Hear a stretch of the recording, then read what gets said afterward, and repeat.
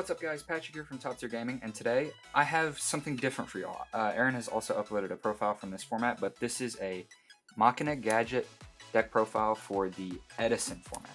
And now with the Time Wizard stuff format getting announced, we will probably be doing more alternate format videos and discussions, because I play Edison format quite a bit. I don't really play GOAT that much, but I still do have some opinions on it, and we have locals at or tournaments at locals for that format, so we'll probably end up doing stuff for that.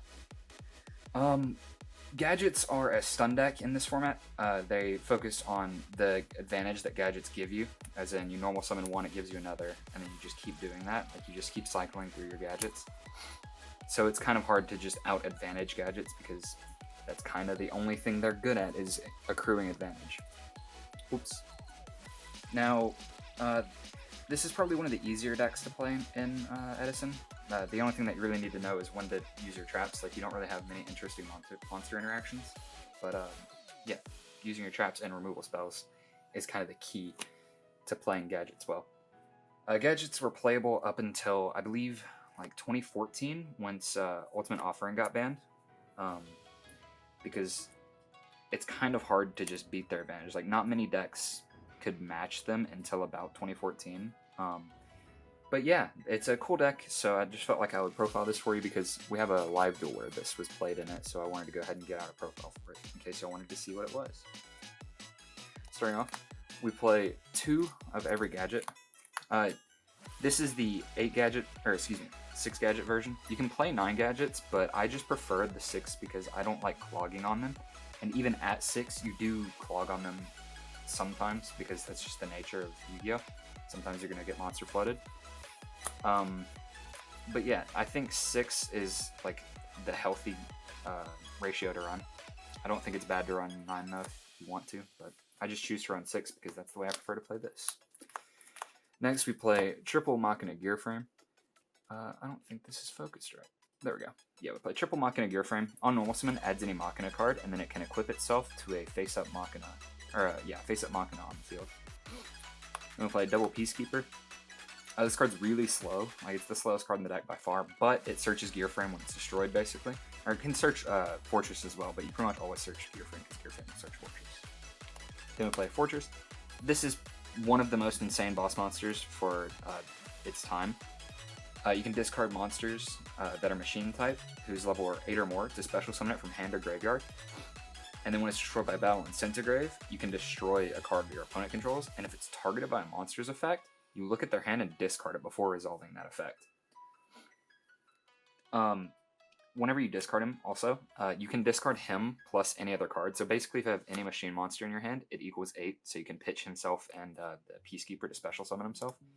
I'm sure Aaron's discussed this in his Earth Machine profiles for current format. But yeah, Machina Fortress is insane. Onto the removal spells. Gadgets, since they're smaller, you tend to play a bunch of removal spells to deal with big threat cards. So you're probably going to see a lot of removal spells in these deck profiles for gadgets. First, play Triple Soul Taker. This is just the best one because you like pick, and then your opponent gains a K, which doesn't really matter too much. It doesn't come up often that the 1000 life points matters. Play Double Fissure. Just pops the lowest attack if you need to get rid of like a I don't know, Consecrated Light for whatever reason, some dumb thing. I can't think of an example. Like if Gale is menacing you or something like that. Then we've got Double Smashing Ground, destroys the highest defense. It's just another removal spell, honestly. And then I play 1 Nobleman. I was playing 2 for the longest time, but I cut it down to 1 because, at least in my local scene, we don't have many people who are playing Raikos and stuff. Online, I would definitely play 2 of this card because there are more decks that are setting things, like Snowman Eaters, Raikos, stuff like that. And you want to have answers to that. And things like Gravekeeper Spy as well, that hits. This is Solidarity. This is Solidarity Gadgets. So if you only have 1 original type, all monsters you control gain 800. Or excuse me, you have 1 original type in the graveyard. So if you have a gadget on board, pretty much all of them are above 2k with this on board. Or like your lowest one is 2k in yellow. So you have a 2k yellow, a 21 red, and a 22 green. So they just get really, really big, and then they become kind of hard to deal with at that point. Because until then, it's kind of easy to just get rid of them until you have these Solidarities up, and then they're big. Play one Avarice. You can't play more than one in my opinion, but I think it's good to play one since we only do play 6 gadgets. This card will just let you cycle and draw 2, plus it allows you to put your Machina stuff back in your deck, so you have plays later. Backrow Destruction, Trinade, Heavy, MST. I don't really think I need to say anything about this. There is an interesting play where if you have Fortress and Gear Frame, you can attach Gear Frame to Fortress, and then Trinade, bounce the Gear Frame to hand, and normal it, and add another Fortress, or Peacekeeper, or whatever you need. So that's kind of an interesting play. Limit removal, your machine deck, and this card's at 1, so you just want to be able to punch really big, because again, your guys are pretty small, and this just allows sneaky game pushes. Onto the trap cards, we play Double D Prison. Your guys are little weenie heads, so you need to protect them. Double Bottomless, they're little weenie heads, you need to protect them. Double Oppression. This deck is very rarely affected by this. Like, the only card that you do special summon is Fortress, and I guess Stardust off of Starlight Road. But yeah, that's the only time you'll be special summoning, so this card rarely affects you. So you just summon your Fortress before you need to activate that. This is different. I play 2 Starlight Road. A lot of people don't play 2, but I play so many Backrow cards, and if I do draw Starlight Road, I'm just going to set like a pop card from my hand, like one of my removal spells, like any of these, with it, and then try to bait out heavies. So yeah, that's why I play 2 in place of the just one. 1 Mirror, 1 Judgment, 1 Torrential. These are all at 1, otherwise I would play as many as possible. You just want to play as many of these as you can. Card's insane. And then Ultimate Offering. This is not great, but it does allow for game pushes whenever your opponent's not expecting it. If you have like limit removal Ultimate Offering in any gadget, you can put up like game through most things except like Mirror Force Torrential. So yeah. This is 40 cards flat. Most Edison decks you don't want to go above 40 because consistency matters a lot in this format compared to now where you can play larger decks. Like you can play 42, 43 in my opinion, but back then I don't think it's worth playing more than 40 unless your deck's specifically meant to. Next, Triple Stardust Dragon. This is the extra deck, by the way.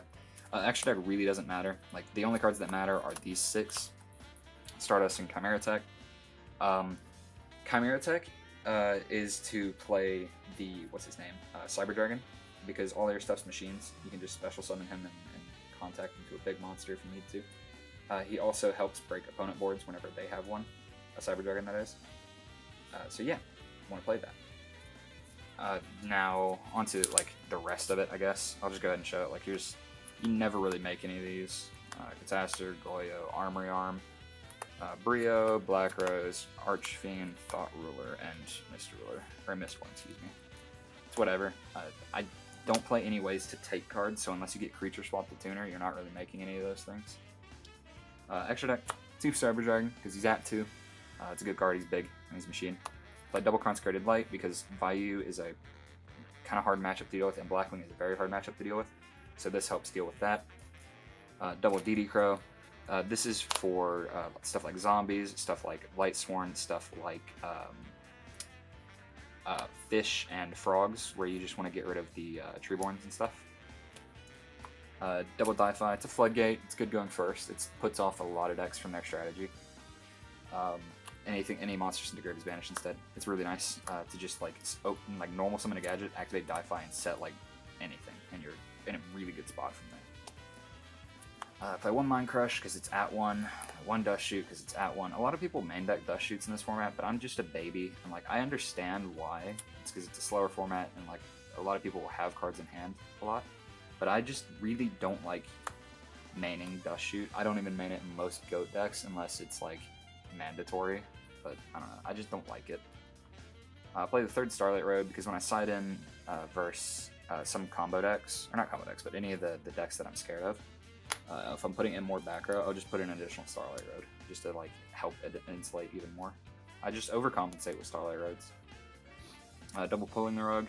When a normal summon monster activates their effects, whenever a monster like on summon activates their effects, for example a Monarch or an opponent's gadget, it negates the summon and destroys it, or it negates the effect and destroys it, excuse me. Which is super nice. This card should be played in pretty much every single side deck. I think Pulling the Rug is like the best counter trap in the game outside of Judgment in this format.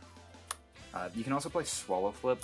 I think that's the name of it. It's the special summon equivalent of this. So if they special summon like Swap Frog and activate effect, this will get rid of that. This also hits Swap Frog as well. But yeah, Polarog's really nice in the format. And then I play Double Dust Tornado for the like other Backrow matchups. You just want to put this in to have like additional pops. So basically against like Hero Stun and opposing gadgets, stuff like that. Because my locals does have a lot of gadgets. Because again, it is like the easiest deck to put together because it's not very hard. Plus, you don't really have to know much about it because Gadget's game plan doesn't really change format to format. It's always kind of been the same deck. But yeah, that is the 15 card side deck. Some options you can play in this are things like Snowman Eater. If you want a card you can set, you can play, what's it called? Zombie World to turn off some decks. Any of the Tribute Summon decks, you just take out the Solidarities and put in Zombie Worlds. Super nice. And you can play Rivalries, Gozens. Those are really good as well against certain matchups. Yeah, I don't really have too much. I don't have the side decking knowledge like that I do for current format that I would like to have for Edison. But now that it's become like an official format, I'll be playing it more often. It's a pretty bad hand. Well, let me rephrase. It's a pretty slow hand. We're going to set Peacekeeper and just chill. Yeah, if we're going first, that is. But yeah, gadgets are really cool. I've always liked them. Like, anytime they're playable in a format, I'll probably have a list put together for them because, again, they're not too complicated. It's a very simple game plan. You're just going to try to out-advantage. I see. We've been gadgeted. Yeah, this is kind of one of the downsides of the deck. But at the same time, your opponent's not really doing anything, and you have a couple of turns to find a gadget, which is good lord where. There we go. You can just presume that each of these is going to last you a turn. But yeah, this has been Patrick from Top Tier Gaming. Let us know if you want to see more Edison content. I like this format quite a bit, and I have a bunch of decks put together that I haven't profiled because, I mean, we weren't really trying to become an Edison channel. But now that it's an official format in the Time Wizard thing, we'll probably have more stuff coming out for it. Alright guys, join the Discord, follow the Twitter, like, subscribe, comment what you want to see from us. If there's any Edison deck you want to see profiled from us,